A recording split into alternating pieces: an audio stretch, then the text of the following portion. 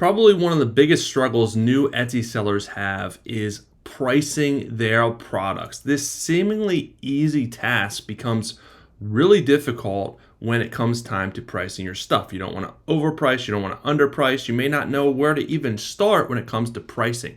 Well, today I have an episode just for you on how to price your products so you don't have to fret or worry about this any longer.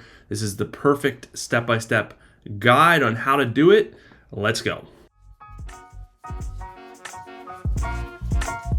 Hey everyone, what is going on? Welcome back to the Handmade and Beyond podcast. Glad to be with you guys, hanging out as usual. I am your host, LL, talking about all things Etsy, handmade, e-commerce, all that good stuff to help you guys out and grow your business. Today, I want to talk specifically about how to price your products. And this is something that people do struggle with. It seems easy, right? Oh, I'm just going to throw up a price and we're good to go. But what happens is when it comes time to do it, you're really not sure where to even start when it comes to pricing your products. And you really get that fear of, if I price my products wrong, people aren't going to buy. It's just one of the many doubts that start to creep in when you're starting your Etsy shop. And maybe you've already started your shop, but you really never thought about pricing, or you're not sure if you're doing it right. This episode could help you out as well, kind of work through that so you can have some framework on how to do it. So the first thing I want to talk about is, what does it cost to make your stuff? This is important with setting your prices. This is the first step. If you don't know how much it costs to make your thing, then you got some real problems. So you got to figure out, what does it cost to make your stuff? So this is material costs, the materials that go into making your stuff, supplies needed to actually manufacture your stuff, equipment, things like that, fees, shipping costs, packaging costs. All those little costs kind of add up and come into play when figuring out the costs of making your stuff. So you have to start there. Where are your costs at? What is your average cost to make your thing? So go back, figure it out if you don't know, so that you have that number, because you need that number to get to the next step. That really is kind of the anchor to everything else. The next step is, when you have your costs, your average costs, the easiest way to set your price is to take your cost and times it by 3, multiply it by 3, and that will be your retail price. So if your cost to make your item is $5, times it by 3, then your retail price is $15. And usually, as a side note, wholesale price is usually 2 times cost. So if someone reaches out to you down the road to sell them wholesale, usually you would multiply it by 2. You would give them a discount off of retail. So that is a good starting point, but that's definitely not the end all be all, because there's a lot of variables that play into pricing outside of just the cost and multiplying it by 2 or 3. And that's what I'm going to talk about next, because these are the other things that you have to keep in mind when setting your pricing. So the next thing is, you need to know your profit margin, or figure out your profit margin when setting your pricing as well. So you can use the starting point of 3 times cost. Well, what does that bring you when it comes to your profit margin? So preferably your profit margin should be over 30.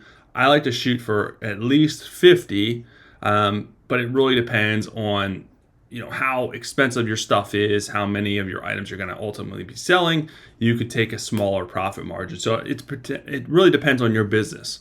So it's not the end all be all. Those are just the numbers that I like to shoot for. So your profit margin, how to figure out your profit margin, is you take your costs and you divide it by your revenue to figure out your profit margin percentage. So that will give you a percentage. So okay, if I set my price to this, if I set my price to $25 and it costs me $10 to make it, then my profit margin is 40%. That's a pretty decent profit margin. But then you have to go, there's other factors that you have to look at, which I'm also going to talk about. So also keep in mind, if you're figuring out your profit margin and it's too low, it's going to be much harder to compete and make money. It also leaves you very little wiggle room for sales and promotions, or increases in expenses, increases in shipping, or increases in material costs. And also, a reason that this may happen is if your costs are much higher than your competition, you can't really use the 3 times cost pricing model because your price is going to be way higher than your competition. So the next step I'm going to talk about is looking at your competition to kind of see, okay, am I much higher than my competition? So usually you can use tools such as Alora, or there's other ones out there. I like Alora. You can look at keywords and listings and see average pricing to kind of see, okay, what are they charging? How does that compare to what I need to charge to make a decent profit margin? Keep in mind too, you don't have to charge exactly what they're charging. You can charge more, you can charge less, but it really depends on what you need to make to have a decent profit margin. You can charge more if you have a higher value item, if you're using better materials. And the perceived value and the actual value is higher. So those are things that come into play, but you have to look at your competition to kind of see, okay, where is that range? Am I within that range? And if I'm not within that range or nowhere close, what am I doing with my costs? I need to get my costs down. Am I using wholesale suppliers? Do I need to figure that out and kind of go back to the drawing board? Maybe it's the wrong niche. If you can't get your profit margin up, if you're sitting at a 5 to 10% profit margin, maybe we need to reconsider our niche. Unless you're doing print on demand, then you can work with the lower profit margin because you're not manufacturing stuff. You have someone manufacturing it for you. You're just designing it. Then you can work with a lower profit margin because you're not putting anything into it. You're saving time, but you're going to have to sell a lot more to make the same amount of money because you have such a smaller profit margin. So you have to look at your competition, see how that plays into your costs and what you need to charge, and if you can use that 3 times model, and that'll work for you. The next thing to consider is there are 3 pricing tiers. All right, when you're looking at competition, you're looking at the prices out there. There's 3 tiers: low, average, and high. Low isn't always better, but that's what most sellers shoot for first. Low has a perception of being cheap. And it's a race to the bottom. You don't want to try and undercut your competition. That shouldn't be your first thought. You may get some sales like that, but chances are a lot of your competitors or a lot of your buyers are going to look at it and be like, well, why is it so much cheaper? It's probably a cheaper item. So especially on Etsy, I don't think, a good cost is important. A good price is important. A competitive price is important, but cheaper is not always better. So don't feel the need to go as cheap as possible. I would shoot for average. Average cost is good, but in some instances you may be able to get a premium, get a higher cost. Again, I'm going to talk about that next, but average cost is a good starting point and to try and be competitive and bring sales in. So I would start there based on your research of going around the average. So like I talked about before, you could charge more, you can be above average if you have a higher value item, and this is how you can add some value to your price, so you can be at a premium. You don't have to be average, you don't have to be low. You can be at the top tier and still make great sales. Some people like a higher quality item.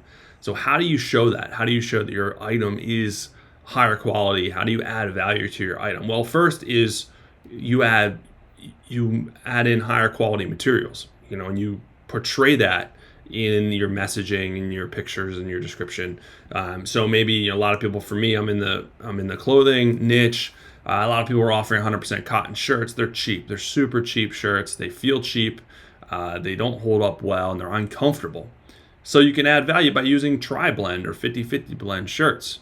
A lot of people don't want the cotton because it's uncomfortable. So that's just an easy way. So think about your niche, what you're selling. If you want to go that higher value, it's going to cost you more, but you can also charge more. Other ways to add value is in quality pictures.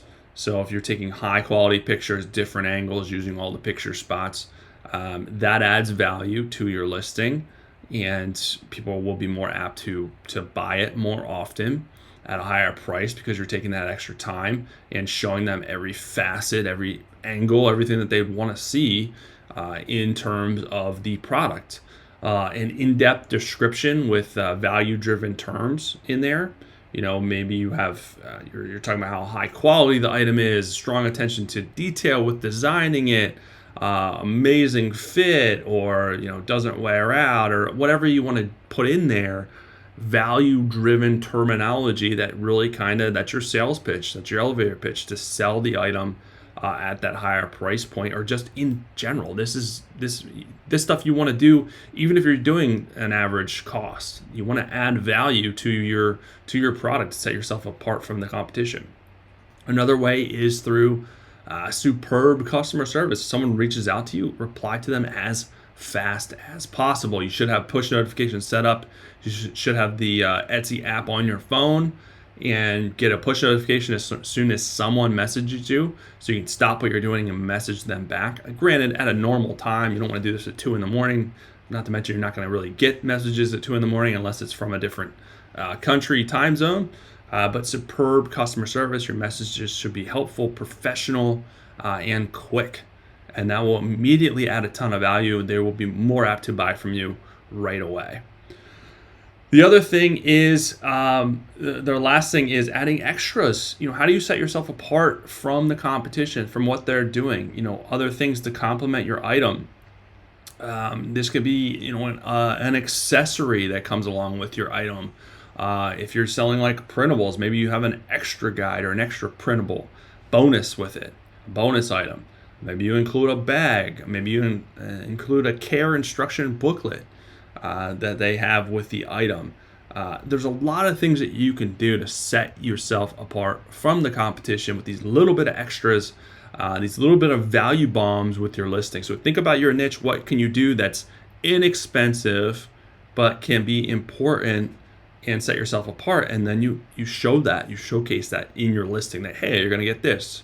You can do it with your pictures, your description. Showcase that extra value so people are more apt to buy from you over the competition that they see. The last thing to keep in mind when it comes to pricing is that pricing is fluid.